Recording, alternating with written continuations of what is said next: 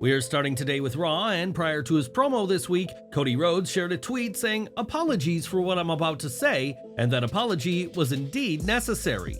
Rhodes delivered a blistering, curse-laden tirade aimed squarely at The Rock, with enough sizzle to make WWE's standards and practices reach for the phone. Rhodes called Rock a complication and combustible element, and made reference to Rock calling himself our favorite heel. In response, Cody listed great heels like Bobby Heenan, Michael Hayes, Arn Anderson, and Ric Flair before stating he doesn't think The Rock is a heel, just a hole. Given recent reports that The Rock gets to play by a different set of rules to everyone else regarding his choice of language, this was enough to ensure the crowd's attention. Rhodes then took a dig at The Rock being on TKO's board, stating it was The Rock who was the crybaby who bawled behind the scenes thanks to the "We Want Cody" movement. It'd only get better from there, as Rhodes called Rock a whiny before saying a bunch of nice things about his mom, adding that Mama Rhodes isn't afraid of the Brahma Bull. Rhodes asked Rock if he'll have the big Dwayne energy on night one, in reference to Rock's new line on energy drinks, or if he'll have LDS, little syndrome. Cody concluded by saying The Rock is hardly the final boss he claims to be, but only Roman Reigns' sidekick, which brought out the Bloodline's own Paul Heyman. The segment ended with a deal being negotiated for SmackDown, a one-on-one encounter between Rhodes and Roman Reigns that will see both men come alone. The handcuffs were off for this segment, and the American Nightmare, sporting a serious black suit to show his darker tone, was perhaps at his most engaging this year. During the promo, Rhodes took shots at the Final Boss moniker and suggested that Brian Gewirtz, Rock's longtime personal writer, coined the phrase for him. On Twitter, Gewirtz said that The Rock came up with the term himself, before adding that he was the one who told Rock about Cody's spectacularly stupid, goofy-ass dog. Over the past few weeks, Rock and Rhodes have taken shots at each other, and Cody called Rock Jimmy Dugan on Raw, but who exactly is that? Cody wasn't talking about WWE Hall of Famer Jim Duggan, but instead Dugan was a pro basketball player who spent the majority of his time in the minor leagues. The coach of the Rockford Peaches, Dugan was known for his rude behavior and inability to work with others, traits Rhodes clearly sees in the Brahma Bull. The Rock won't be a part of this Friday's one-on-one with Rhodes and Reigns, but it was later confirmed that he will be returning on April 1st for the final Raw before WrestleMania 40. When a fan said that Rhodes cooked Rock with his promo, the Great One sarcastically agreed before telling the fan in question to "STFU, you goof." We're sure Rock will have plenty to say upon his return, as we can't imagine he'll be letting this scathing promo by Cody Rhodes go by without some sort of rebuttal. Seth Rollins and Drew McIntyre came face-to-face on Raw ahead of their WrestleMania match, and Seth admitted to being the spotlight junkie Drew had said he was. Rollins said that every time he steps through the ropes, it's his fix, and brought up his tag match with Cody Rhodes against The Rock and Roman Reigns. McIntyre took exception to this, questioning why the focus could not be on them and their world title match, rather than Rollins involving himself in Cody's story. The architect said McIntyre has been craving the spotlight since his crowdless WWE Championship win in 2020, adding that Drew proceeded to fumble the ball. Rollins then said that he thrives under the spotlights and will continue to do that at WrestleMania, in a great back and forth that saw Seth drop his gimmicky mic work. Instead, we got a serious Seth Rollins, who for all his talk about Rock, Rhodes, and Reigns, is aware of the threat that Drew McIntyre poses in Philadelphia. Drew McIntyre did cut a solid promo on Seth Rollins, but it's obvious who won the verbal exchange, and while Seth won this week, who's to say it'll stay that way? For Drew McIntyre's sake, it can't, as the Scottish Warrior has to win the World Heavyweight Championship at WrestleMania, and there's no two ways about it. This will be Drew's third shot at dethroning Seth, and after getting shut down on WWE Raw, the only way he can respond is by winning the title. If McIntyre can't beat Rollins, no doubt exhausted from the Night 1 tag match main event, then Drew would be done as a main event threat and would likely never recover. It'd be somewhat akin to Jay White at AEW Full Gear, who even with interference couldn't defeat an injured MJF, who had already wrestled earlier that night. A McIntyre win is imperative for Drew to still be seen as a top guy in WWE, and what do you think of this week's segment?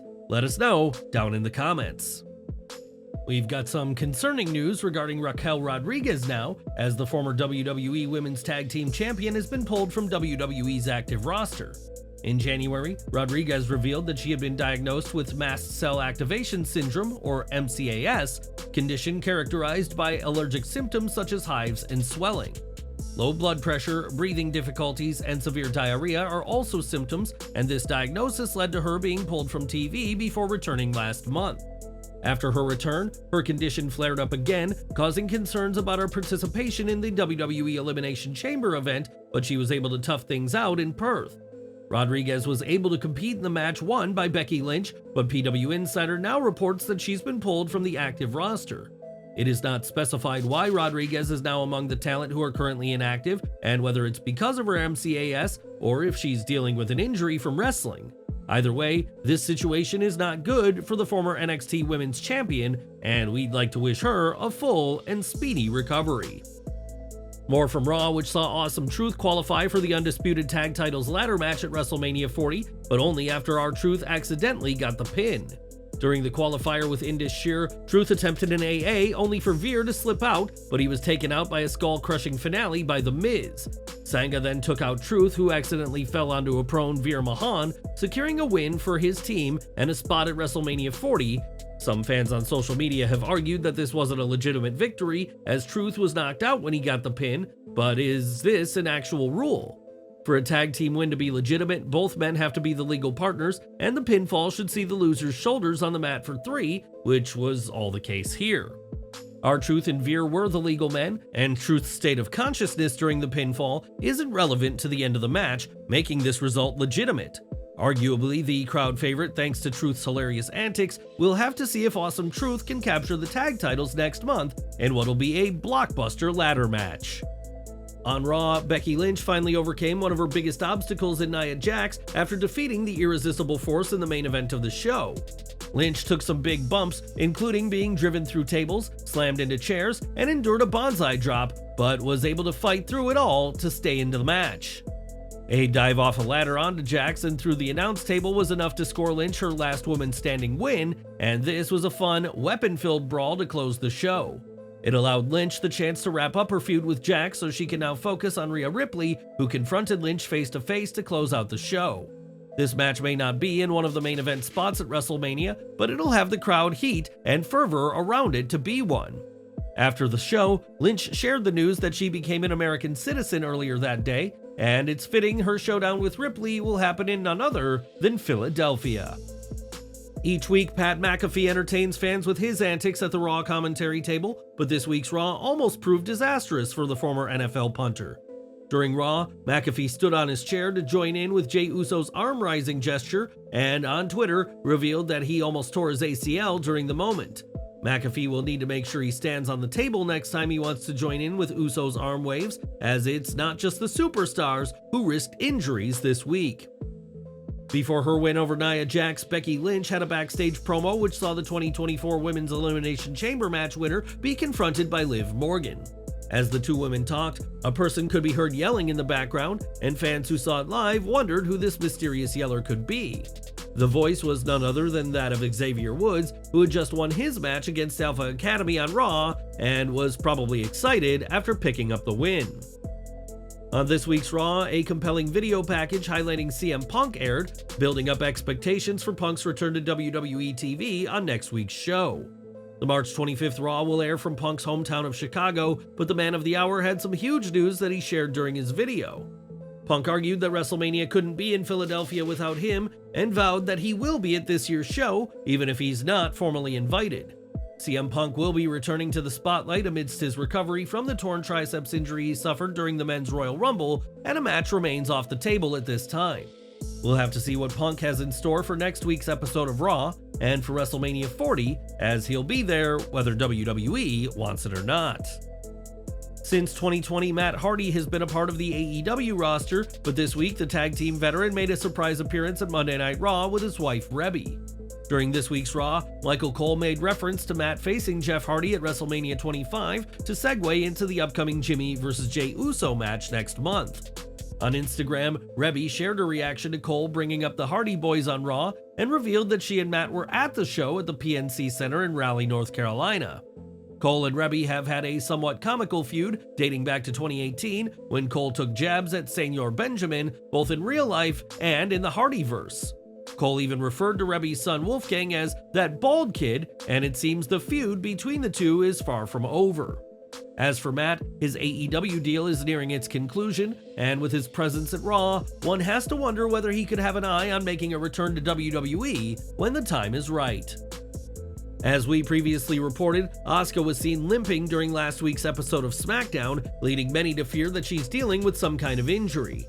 Over the weekend, Asuka was missing from WWE live events, with her most recent match occurring on March 10th, and we now know more about what happened. PW Insider has confirmed that Asuka sustained a knee injury during the March 15th edition of SmackDown, which is why she was pulled from live events. Medical tests will determine whether Asuka's injury is something she can work through, or whether it's a larger injury that will require time off and possibly surgery. Asuka's injury comes at an unfortunate time, with WrestleMania 40 just around the corner, and has left the odds of a women's tag title match at the show very unclear.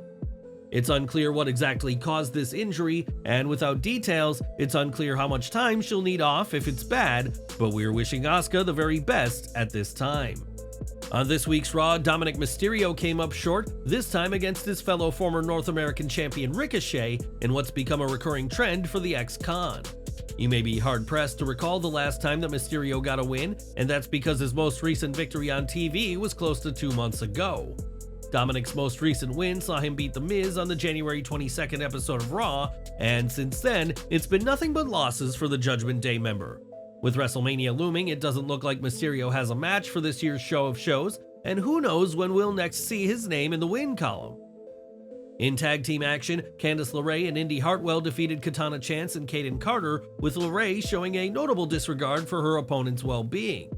Hartwell being clearly hesitant to embrace Candice's heel run is also something to keep an eye on, as the two are destined to feud at the right time. In a tag title qualifier, DIY earned a spot in the first WrestleMania in their careers following a victory over the Creed brothers. The match was an action-packed in-ring opener that unleashed a series of false finishes before the former NXT World Champions cashed in their tickets to Philadelphia. Even in defeat, the Creeds impressed and looked every bit the equals of their celebrated veteran opponents while showcasing the physicality that has defined their young careers. Ciampa and Gargano will now advance to WrestleMania's six-pack ladder match for the tag titles, a much-deserved spot for two of the most talented stars on the Raw roster. Later in the evening, DIY were being interviewed about their win, and contrary to her segment, this time it was Becky Lynch's turn to get involved in a male-dominated segment. She and Tommaso Ciampa had an amusing argument as to which one of them is the most Rocky-esque, with Lynch repeatedly telling DIY that she's Becky Balboa.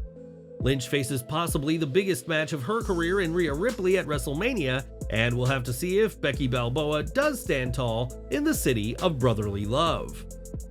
In his 8 years with WWE, AJ Styles has seen a lot of wrestlers come and go, and while he's never been at risk of a release, many others have suffered that fate.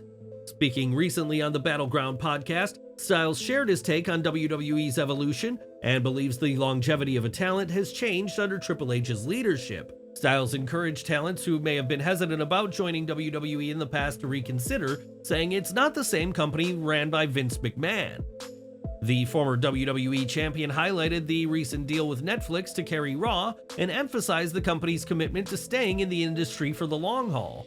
Talking about past releases, Styles admitted being confused as to why talent were given the opportunity to restart their careers in NXT, which is an important place to Triple H. Styles emphasized Triple H's approach to talent development, focusing on improving and bringing out the best in individuals rather than highlighting their shortcomings. He added that Triple H makes efforts to make everyone feel valued and emphasized the significance of WWE's global presence and the opportunities it provides for talent to thrive. So I just wish they could see that and know that, listen, this isn't the same WWE that Vince was in charge of. I really believe Triple H looks at our talent and go, let's get them better, or let's find ways to bring out the best in them rather than show off the worst, because a lot of those guys and girls, when they got released from WWE, it crushes them. I never understood why we'd want to do something like that rather than, okay, let's just send them back in NXT. They just need a little more work or something like that. But being released, it'll crush you, and I don't want to see people, their lives being ruined because of a job. At the end of the day, it's just a job, but still, it's something they've worked for their whole life, and then you're told you're not good enough. Man, that sucks. But it's not the way it is these days. Not with Triple H in charge. I think he's doing a great job of making everyone feel important. Styles intends to end his career in WWE, possibly with a backstage role, and with such a positive take on the new management, it's not hard to see why he wants to stick around. In 2020, Roman Reigns turned heel and transformed into the Tribal Chief in what fans have praised as a fantastic and necessary change for the reigning Universal Champion. A huge part of what has made Reigns' run work is Paul Heyman, who recently shared an in-depth look into how the Tribal Chief character came about. Speaking during the BSM Summit, Heyman shared that Reigns' role was inspired by Colonel Kurtz, as played by Marlon Brando in Apocalypse Now. He said, "The character of Roman Reigns as the Tribal Chief is inspired by Marlon Brando in Apocalypse Now. When we first started talking about the presentation of the Tribal Chief, I had Roman Reigns watch Apocalypse Now multiple times. To me, that was the heart and soul of the character of the Tribal Chief. A warrior so great that he conquered his own island. We call it the Island of Relevancy. Someone who now, all the natives, which is the WWE Universe, all the fans and performers on the roster, look to for guidance because he's the top star. In Apocalypse Now, Brando presented himself as a pseudo-god. We call it a Tribal Chief. That's where the villainry of Roman Reigns comes in, because he says, 'Acknowledge me,' and once you acknowledge him, he says, 'Someone else I'm responsible for.'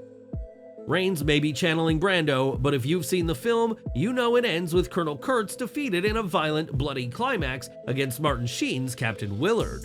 Heyman and Reigns have said that their time on top will not be ending anytime soon, as the Tribal Chief plans to be on top of the WWE world as champion for many years to come. But what do you make of this? And what have you made to Reigns' transition from the big dog into the Tribal Chief? Let us know in the comments down below. More from Raw, as last week saw Sami Zayn get the controversial win in a gauntlet match to earn the Intercontinental title match with Gunther at WrestleMania 40. Sami pinned Chad Gable to win, although it appears the Olympian's shoulders weren't fully down. And on Raw, Zayn approached a visibly upset Gable. Gable expressed disappointment that he's missing out on the Mania title shot, and Zayn said it was unfair to focus solely on himself and that losses have an impact on his family too.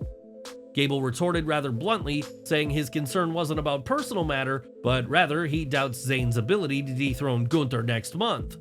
During the contract signing later in the show, Gunther echoed Gable's sentiment, saying that the fans and Zayn himself doubt Sami's capability of defeating the Ring General.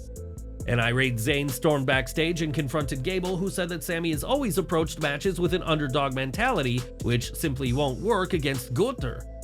Gable urged Sami to change his mindset if he has any hopes of winning the IC title, and these were a series of strong promos from Gable, Zayn, and the Austrian title holder. Sami may have to change his mindset to win, but he may change much more than that, given how unhappy the WWE fans have been about Gable being snubbed for the match.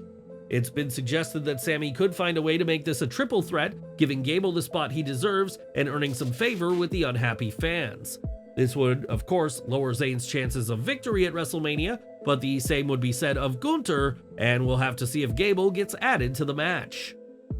The New Day earned a big win on Raw, and with their victory over Akira Tozawa and Otis, they earned a spot in the six-pack tag title ladder match. Kofi Kingston and Xavier Woods overcame the bowling ball offense of Otis and were able to overcome Alpha Academy to give the New Day the win. This victory returns Kofi to WrestleMania, the site of his greatest triumph in his career, which saw him win the WWE Championship from Daniel Bryan in 2019.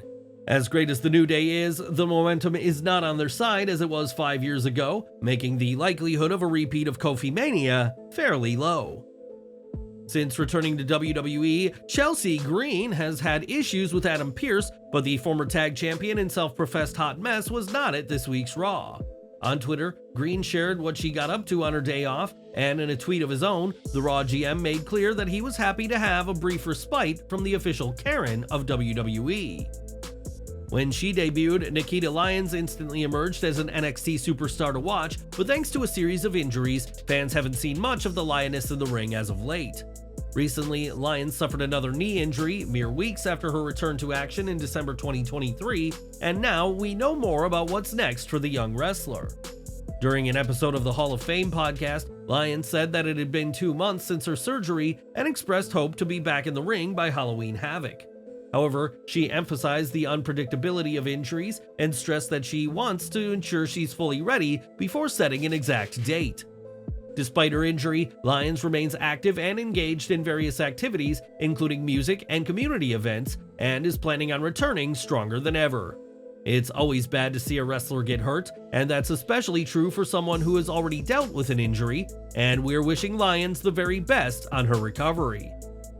Last month, Shawn Spears made his return to WWE after years away, but rather than making an impact on the main roster, Spears is now part of WWE NXT. In a recent interview with Fightful, Shawn Spears discussed his return and said he chose NXT over the main roster as it allowed him to remain in Florida with his family. Spears highlighted the chance to work alongside Matt Bloom and Shawn Michaels and expressed his admiration for the current talent pool in the Gold brand.